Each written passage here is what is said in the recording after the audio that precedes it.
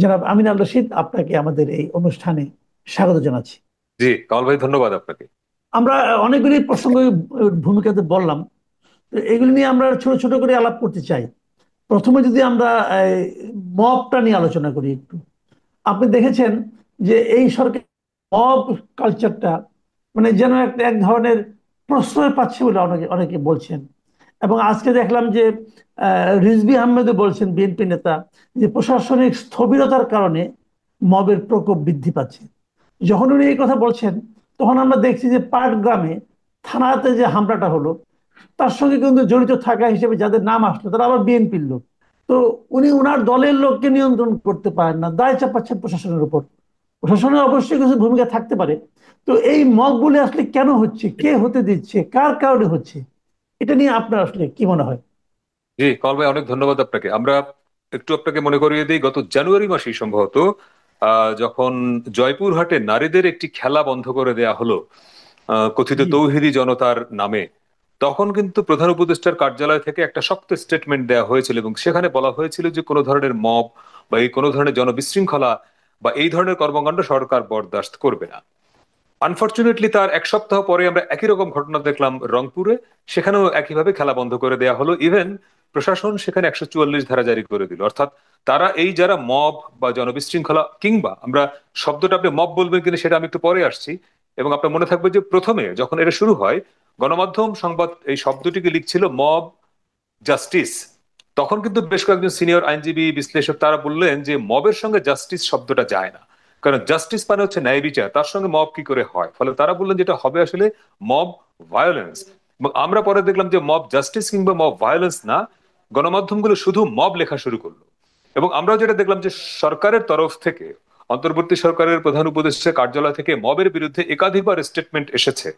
এমনকি যিনি আমাদের এখন তথ্য সম্প্রচার উপদেষ্টা মাহফুজ আলম, তিনিও কিন্তু মব এর সঙ্গে একটি শব্দ যুক্ত করেছিলেন, ডেভিল। যখন ডেভিল হান্ট অপারেশন শুরু হলো, তিনি লিখেছিলেন তার ফেসবুকে যে যারা মব ডেভিল তাদেরকেও ছাড়া হবে না। পরে তিনি আবার নিজেই তোপের মুখে পড়লেন, এক ধরনের সোশ্যাল মিডিয়ায় তিনিও মবের শিকার হলেন। তো এই যে দেখেন, মবের বিরুদ্ধে সরকারের যে অবস্থান আমরা শুরু থেকে দেখছিলাম, সরকার স্টেটমেন্ট দিয়ে মবকে স্বীকার করছে যে হ্যাঁ মব হচ্ছে, এবং সরকারের অবস্থান তারা বললো টলারেট করব না। এমনকি সম্প্রতি স্বরাষ্ট্র উপদেষ্টা বলেছেন যে আমরা মব, এটাকে আমরা টলারেট করব না। কিন্তু অদ্ভুতভাবে আমরা খেয়াল করলাম সম্প্রতি জাতীয় নাগরিক পার্টি এনসিপির একজন সিনিয়র নেতা, যিনি দক্ষিণাঞ্চলীয় মুখ্য সমন্বয়ক হাসনাত আব্দুল্লাহ, তিনি একটি টেলিভিশন চ্যানেলের টকশোতে গিয়ে প্রথমে বললেন যে আপনারা যেটিকে মব বলছেন এটি হচ্ছে জনরোষ।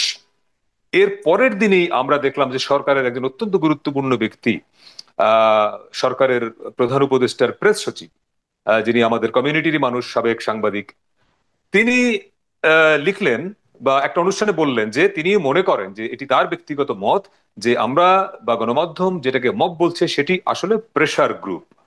এবং তারপরে আমরা দেখলাম যে তার অন্যান্য সহকর্মী যারা এই প্রেস উইং এর, তারাও এই মবকে যেন মব বলা না হয়, মবটা যে প্রেসার, মবটা যে জনরোষ, এই পক্ষে বলছেন। এর মধ্য দিয়ে কি হচ্ছে যে মবকে আপনি তাহলে মব বলে স্বীকার করছেন না, যারা মব করছে তাদেরকে এক ধরনের বৈধতা আপনি দিচ্ছেন। আপনার স্বরাষ্ট্র উপদেষ্টা বলছেন যে আমরা মব টলারেট করব না, সরকারের প্রধান উপদেষ্টার প্রেস উইং এর স্টেটমেন্টে বলা হচ্ছে আমরা এই ধরনের জনবিশৃঙ্খলা এটা আমরা সহ্য করব না। পক্ষান্তরে আবার সরকারের দায়িত্বশীলরে যদি আপনি বলেন যে এটা মব নয়, এটা হচ্ছে জনরোষ কিংবা এটা হচ্ছে প্রেসার, তাহলে যারা এই কর্মকাণ্ডগুলো করছেন তাদের পরিচয় যাই হোক, তারা যেই দলের হোক, যেই সংগঠনের হোক, তার যেই প্রক্রিয়াতেই করুক না কেন, এই কাজটাকে আপনি কি তাহলে জাস্টিফাই করছেন, মহত্ব মানে মহান করে তুলছেন? মানে একটা অপরাধকে আপনি যখন বলবেন যে অপরাধ না, তখন তো সেই অপরাধটা বাড়বে। যে খুন করে তারও একটা লজিক থাকে যে আমি খুন করেছি আত্মরক্ষার স্বার্থে। যে চুরি করে তারও একটা জাস্টিফিকেশন থাকে যে আমি অভাবে চুরি করেছি। যে রেপ করে সে বলে যে না এটা রেপ না, এটা কি তার সম্মতিতে হয়েছে। প্রত্যেকটা অপরাধের পেছনে অপরাধীর একটা যুক্তি থাকে, আদালতে গিয়ে সে এটা বলে। এখন আদালতের দায়িত্ব বা রাষ্ট্রের দায়িত্ব তো এই অপরাধকে জাস্টিফাই করা না, মহিমান্বিত করা না। আপনি যদি মবকে বলেন জন, মবকে বলেন প্রেসার, তাহলে তো আপনি ধর্ষণকে আপনার বলতে হবে ভালোবাসা, আপনি খুনকে বলবেন যে এটা হচ্ছে প্রতিহিংসা, চুরিকে বলবেন যে এটা তার অভাবের জন্য সে করেছে, এটা তো হয় না। একটা অপরাধ যেই করুক না কেন, তার পলিটিক্যাল আইডেন্টিটি যাই হোক, সে হোক বিএনপির, সে হোক এনসিপির, হোক ক্ষমতাচ্যুত আওয়ামী লীগের, যেই হোক, রাষ্ট্রের দায়িত্ব হচ্ছে কি প্রথমে অপরাধটাকে স্বীকার করা, যে হ্যাঁ আমরা কোনো ধরনের এই বিশৃঙ্খলা, আপনি ধরেন চট্টগ্রাম ইউনিভার্সিটিতে ভিসির সামনে গিয়ে কিছু তরুণ যে ভাষায় কথা বললেন যে আপনাকে আমরা বসিয়েছি, আপনি আপনার নিজের যোগ্যতা এখানে আসেননি, এরকম অসংখ্য ঘটনা আমরা দেখেছি। ইউনিভার্সিটির ভিসি, কলেজের অধ্যক্ষ, স্কুলের হেডমাস্টার, তাদেরকে যেভাবে কিছু লোক গিয়ে সম্মিলিতভাবে তাকে চেয়ার থেকে নামিয়ে দিল, এইটা কি মব না? আপনি বলবেন এটা প্রেশার। তো যদি ওই ভিসি, ওই হেডমাস্টার, ওই প্রিন্সিপালের বিরুদ্ধে সত্যিই কোনো সুনির্দিষ্ট অভিযোগ থাকে, তিনি যদি বিগত সরকারের সঙ্গে যুক্ত থেকে সত্যি জুলাই আন্দোলনের সময় অপরাধ করে থাকেন, তো তার জন্য তো আপনার প্রচলিত আইন আছে, আপনি তার বিরুদ্ধে মামলা করেন, আপনি ইনভেস্টিগেট করেন, আপনি যদি অনুসন্ধান করে দেখেন যে হ্যাঁ এই প্রিন্সিপাল, এই ভিসি বা এই হেডমাস্টারের বিরুদ্ধে এই সুনির্দিষ্ট অভিযোগ আছে, আপনি তাকে পদচ্যুত করেন, আপনি তাকে জেলে দেন। কিন্তু কিছু লোক গিয়ে 10 জন, 12 জন, 20 জন, 50 জন লোক গিয়ে ঘেরাও করে, তার কোনো আইনি এখতিয়ার নাই, সে রাষ্ট্রের কোনো বাহিনীর লোক না, সে গিয়ে একটা পরিস্থিতি তৈরি করে বলল যে আপনি এখন নামেন, অথবা আপনাকে আমরা বসিয়েছি, এইটা যে কোনো যুক্তিতেই মব, এটা মব ভায়োলেন্স, এটা মব সন্ত্রাস। তো আপনি এইটাকে যদি বলেন প্রেশার, আপনি এটাকে যদি বলেন জনরোষ, তাহলে তো এই কাজগুলো যে করছে আপনি তার পক্ষে দাঁড়াচ্ছেন। এটা তো হয় না। জি, রাষ্ট্রের জি, দায়িত্ব হচ্ছে যে এটার বিরুদ্ধে দাঁড়ানো, এটাকে প্রতিহত করা। ফলে এটা খুবই আনফরচুনেট যে রাষ্ট্রের গুরুত্বপূর্ণ পজিশনে থেকে যদি অপরাধকে আপনি প্রশ্রয় দেন, অপরাধকে অপরাধ বলে স্বীকার না করেন, সেটা কিন্তু অপরাধ আরো বাড়াবে। জি। আপনি আসলে আপনার আপনার কথা থেকে যেটা বুঝলাম আসলে যে মবটা আসলে এটাকে সরকার কিভাবে দেখছে, এখানে আমার কারণে যেন মনে হচ্ছে সরকারের মধ্যে এক ধরনের দ্বিচারিতা আমি লক্ষ্য করছি। সরকার মুখে হয়তো বলছে জিনিসটা খারাপ, আবার সরকারের কর্মকাণ্ড সেটাকে এক ধরনের প্রশ্রয় দিচ্ছে বলে আমার কাছে মনে হচ্ছে। যাই হোক, আমরা একটু নির্বাচন নিয়ে আসি। নির্বাচনের দুটো বিষয়, যদিও নির্বাচন কবে হবে এটা সবচেয়ে বড় প্রশ্ন হলো, এই প্রশ্নের কোনো জবাব এখনো মেলেনি। কিন্তু এর মধ্যে আমি দুটো জিনিস দেখলাম নির্বাচন নিয়ে আজকে। একটা হলো স্থানীয় সরকার নির্বাচন যেটা হবে, সেখানে দলীয় প্রতীক বাতিল করা হচ্ছে, এরকম একটা অধ্যাদেশ হতে যাচ্ছে। আর নির্বাচন কমিশন একটা কথা বলেছে যে গত তিনটা নির্বাচনকে যে সমস্ত পর্যবেক্ষকরা বৈধ বলে স্বীকৃতি দিয়েছিল, তো পর্যবেক্ষকদের এবার কোনো সুযোগ দেওয়া হবে না। তো এই দুটো পরিবর্তনকে আপনি কিভাবে মূল্যায়ন করবেন? স্থানীয় সরকার দলীয় প্রতীকে হবে না, এই সিদ্ধান্তটা গত সরকারের। আপনার মনে থাকবে যখন এই দলীয় প্রতীকে, একসময় কিন্তু স্থানীয় সরকার নির্বাচন দলীয় প্রতীকে হতো না, এবং তখন আমরা যেটা দেখতাম যে স্থানীয় সরকার, ইভেন স্থানীয় সরকার নির্বাচনে যতদিন পর্যন্ত লোকাল পলিটিক্যাল পাওয়ারফুল ম্যান, যারা বিশেষ করে এমপি, ওনারা যতদিন পর্যন্ত সিরিয়াসলি ইন্টারফেয়ার করেন নাই, ততদিন পর্যন্ত আমরা দেখতাম যে স্থানীয় পর্যায়ে, বিশেষ করে ইউনিয়ন পরিষদে, পৌরসভায় অনেক নির্দলীয় ভালো মানুষ জয়ী হয়ে আসতেন, চেয়ারম্যান, মেয়র হতেন। ধরেন অবসরপ্রাপ্ত শিক্ষক, সমাজকর্মী, লোকালি এলিট, ভালো ব্যবসায়ী, কিন্তু তারা কোনো পলিটিক্যালি হয়তো পছন্দ আছে, কিন্তু পলিটিক্যালি তারা বায়াসড না, এরকম অসংখ্য ভালো মানুষ। এবং কোথাও কোথাও আমি আমার এলাকায় দেখেছি কোন কোন চেয়ারম্যান 30 বছর ধরে চেয়ারম্যান, 25 বছর ধরে চেয়ারম্যান, কিন্তু তিনি সরাসরি কোনো রাজনৈতিক দলের সঙ্গে যুক্ত নন। সোসাইটিতে দলমত নির্বিশেষে সবাই তাকে সম্মান করে। এইটা যতদিন পর্যন্ত স্থানীয় সরকার নির্বাচনগুলো দলীয় প্রতীকে হতো না, ততদিন পর্যন্ত এই মানুষগুলো আসতে পারতেন। হঠাৎ করেই আওয়ামী লীগ সরকার একটা মানে আইনটা পরিবর্তন করে, লোকাল গভর্নমেন্ট ইলেকশন, এই আইনটা পরিবর্তন করে তারা নির্বাচনটা দলীয় প্রতীকে করা শুরু করলো। এখানে তাদের পলিটিক্সটা কি ছিল, যে এই দলীয় প্রতীকে করলে এই যে নির্দলীয় ভালো মানুষ এরা যাতে আসতে না পারে, এরা আসতে না পারলে সেই জায়গায় কে আসবে? এই জায়গায় আসবে, উপজেলা চেয়ারম্যান হবে এমপির ভাতিজা, ইউনিয়ন পরিষদের চেয়ারম্যান হবেন এমপির ভাইগনা, পৌরসভার চেয়ারম্যান হবেন এমপির স্ত্রী। এই যেটা নেক্সাস, যে এমপি সাহেবের আত্মীয় স্বজনেরাই লোকাল গভর্নমেন্ট গুলোয় থাকবে, উপজেলা, জেলা পরিষদের চেয়ারম্যান। এই পলিটিক্সটা করতে গিয়ে আওয়ামী লীগ যে ক্ষতিটা করলো আমাদের রাজনীতির, স্থানীয় সরকার প্রতিষ্ঠানগুলোকে সে দুর্বল করলো, প্রত্যেকটা জায়গায় সে তার নিজের লোক বসালো, প্রত্যেকটা জায়গায় নিজের লোক বসাতে গিয়ে সে এই স্থানীয় সরকার নির্বাচনটাকে দলীয়করণ করে হলো, দলীয় প্রতীকে করলো। এইটার ভিকটিম আওয়ামী লীগ নিজেই হলো 2018 নির্বাচনে। আপনি একাধিক আওয়ামী লীগের যারা একটু তুলনামূলক ভালো নেতা, আপনি তাদের সাথে কথা বলে দেখবেন, তারা নিজেরাও ফেড আপ ছিলেন যে যখন তারা এই দলীয় প্রতীকে স্থানীয় সরকার নির্বাচন করলেন, তৃণমূলে আওয়ামী লীগ দুর্বল হলো। কারণ কি, তখন এই যে মানে পৌরসভা নির্বাচনকে কেন্দ্র করে, উপজেলা নির্বাচনকে কেন্দ্র করে, ইউনিয়ন পরিষদ নির্বাচনকে কেন্দ্র করে দলগুলো বিভক্ত হয়ে গেল। তখন হলো এমপির পক্ষের লোক, এমপির বিপক্ষের লোক। এমপি সাহেব আওয়ামী লীগের, কিন্তু লোকাল গভর্নমেন্ট ইলেকশনকে কেন্দ্র করে ওখানে গ্রুপ হয়ে গেছে তিনটা। এইটার ইম্প্যাক্ট পড়েছে গিয়ে জাতীয় নির্বাচনে। তখন ওই যে উপজেলা চেয়ারম্যান, আমি আমার এলাকায় দেখেছি যে এমপি সাহেবের বিরুদ্ধে উপজেলা চেয়ারম্যান, এমপি সাহেব বিরুদ্ধে পৌরসভা চেয়ারম্যান, অর্থাৎ তারা তিনটে চারটা গ্রুপ। আলটিমেটলি ইম্প্যাক্ট পড়েছে কি এটা জাতীয় নির্বাচনে, আওয়ামী লীগ নিজে এটার দ্বারা ক্ষতিগ্রস্ত হয়েছে। যখন তারা এটা রিয়েলাইজ করলো যে না, স্থানীয় সরকার নির্বাচনটা দলীয় প্রতীকে করায় আওয়ামী লীগ নিজে ক্ষতিগ্রস্ত হচ্ছে, তার দল ক্ষতিগ্রস্ত হচ্ছে, তখন তারা আবার সিদ্ধান্ত পরিবর্তন করে তারা কিন্তু দলীয় প্রতীকে নির্বাচন হবে না এই সিদ্ধান্তটা নিল। কিন্তু তারা সম্ভবত আইনটি পরিবর্তন করার সময় পায়নি বলে এই সরকার এখন দলীয় প্রতীকে নির্বাচন হবে না সেই অধ্যাদেশটি জারি করলো, যেহেতু এখন সংসদ নাই। এটি খুবই ভালো সিদ্ধান্ত আমি মনে করি, এবং আমি নিজেও একাধিকবার লিখেছি যে দলীয় প্রতীকে স্থানীয় সরকার করবার মধ্য দিয়ে একটা সামাজিক অস্থিরতা তৈরি করা হয়েছে। সাধারণ মানুষ প্রথম চোটে যায় ইউনিয়ন পরিষদে, প্রথম চোটে যায় সে পৌরসভার মেয়রের কাছে। সেইখানে গিয়ে সে যদি এই কথা শোনে যে তুমি তো আমারে ভোট দাও নাই, তুমি তো বিএনপির লোক, তুমি তো জামাতের লোক, এই যে একটা সামাজিক ভাবে একটা ডিভাইডেশন তৈরি হয়ে গেছে, এই ক্ষতিটা করেছে আওয়ামী লীগ দলীয় প্রতীকে স্থানীয় নির্বাচনটা করে। সেই জায়গা থেকে এই সরকার এখন যে সিদ্ধান্তটা নিয়েছে যে আগামী স্থানীয় নির্বাচনগুলো নির্দলীয় প্রতীকে হবে, এইটা ভেরি গুড ডিসিশন। আপনার যে দ্বিতীয় পয়েন্ট, যে বিগত জি তিনটি নির্বাচনকে যারা বৈধতা দিয়েছে সেই পর্যবেক্ষকদের আগামী নির্বাচন পর্যবেক্ষণ করতে দেয়া হবে না, আজকেই সিইসি এটা বলেছেন। এটি একান্তই নির্বাচন কমিশনের সিদ্ধান্ত। আমি মনে করি যে তারা কাকে পর্যবেক্ষণ করতে দেবে কাকে দেবে না এই এখতিয়ারটা ইলেকশন কমিশনের আইনত আছে। এখন প্রশ্নটা অন্য জায়গায়, যে আপনি গত তিনটি নির্বাচনকে বৈধতা দিয়েছে, বৈধতা দেওয়ার অর্থটা কি, মানদণ্ডটা কি? এইটা একটা বড় প্রশ্ন। ইউরোপীয় ইউনিয়নের প্রতিনিধি তো ছিল আমার যতদূর মনে পড়ে। তাহলে তাহলে আগামী নির্বাচনে কি আপনি ইউরোপীয় ইউনিয়নের প্রতিনিধিরা ইলেকশন পর্যবেক্ষণ করতে আসলে আপনি তাদেরকে দেবেন না? এখানে বিচ্ছিন্ন বিচ্ছিন্ন অনেক দেশের ধরেন ছোট ছোট এনজিও আসে, বা বাংলাদেশেরও তো প্রচুর প্রচুর এনজিও, বাংলাদেশের প্রচুর নির্বাচন পর্যবেক্ষণ সংস্থা যারা নির্বাচন পর্যবেক্ষণ করেছে। তো তারাও তো অনেকে এই বিগত তিনটি নির্বাচনকে এক অর্থে বৈধতা দিয়েছে, কেউ কেউ মৃদু সমালোচনা করেছে, কেউ কেউ বলেছেন না কিছু কিছু জায়গায় অনিয়ম হয়েছে। কিন্তু অ্যাপারেন্টলি কেউ তো সাহসের সঙ্গে মেরুদণ্ড সোজা করে তো বলে নাই যে এটা একটা সম্পূর্ণই একতরফা নির্বাচন হয়েছে। এটা কোনো বাংলাদেশের আহ, সাহসের সাথে কেউ বলেছে? যদি বাংলাদেশের যেসব প্রতিষ্ঠান, বড় বড় প্রতিষ্ঠান যারা নির্বাচন পর্যবেক্ষণ করেছে বিগত তিনটি নির্বাচন, যারা এক অর্থে বৈধতা দিয়েছে, আপনি কি তাদেরকেও পর্যবেক্ষণ করতে দেবেন না? তাহলে আগামী নির্বাচন তাহলে কারা পর্যবেক্ষণ করবে?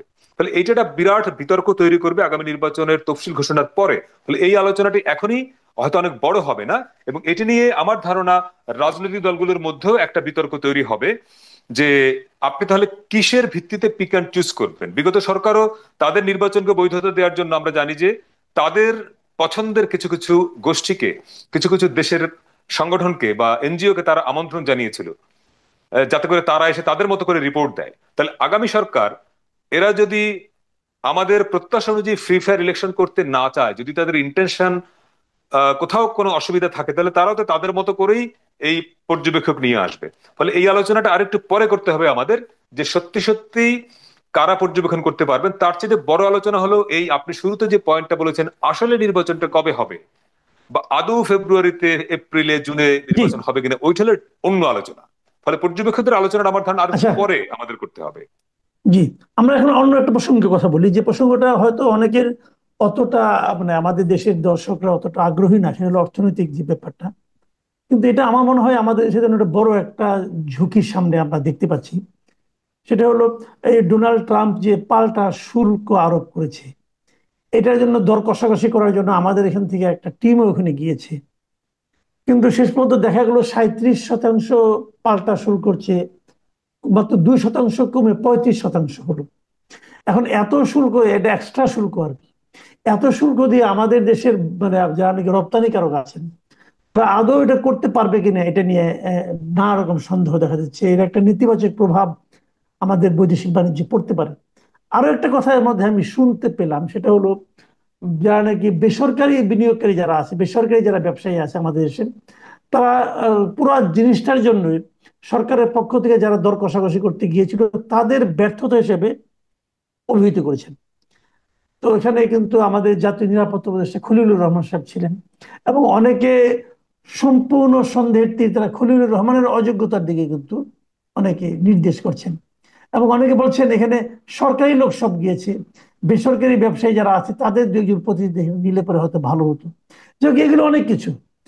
এখন এইটার কি ইম্প্যাক্ট আগামীতে পড়তে পারে যদি একটু সংক্ষেপে বলেন, আমাদের সময় শেষ হয়ে এসেছে, একটু সংক্ষেপে।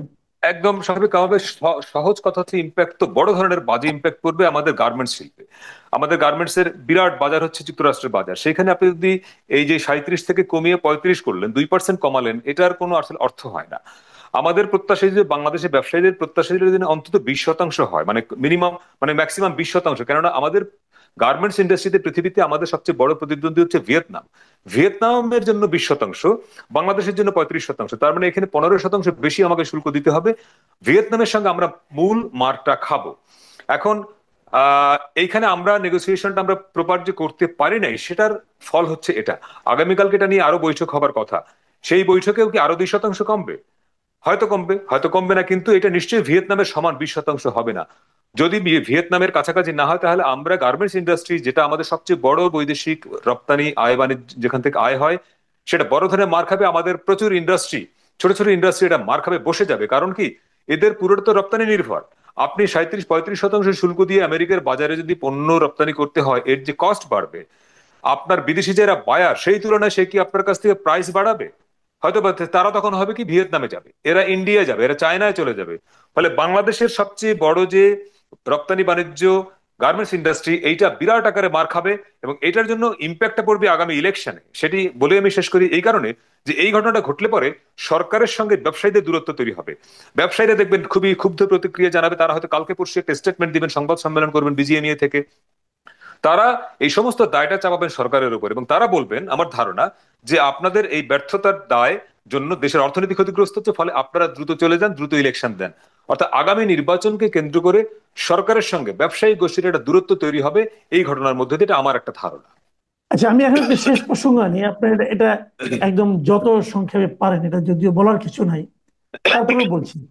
জি। আজকে একটা খবর দেখলাম, সেটা হলো সাগর রুনি হত্যা মামলার প্রতিবেদন 119 বারের মতো পেছালো। পরবর্তী তারিখ দেওয়া হয়েছে 11ই আগস্ট।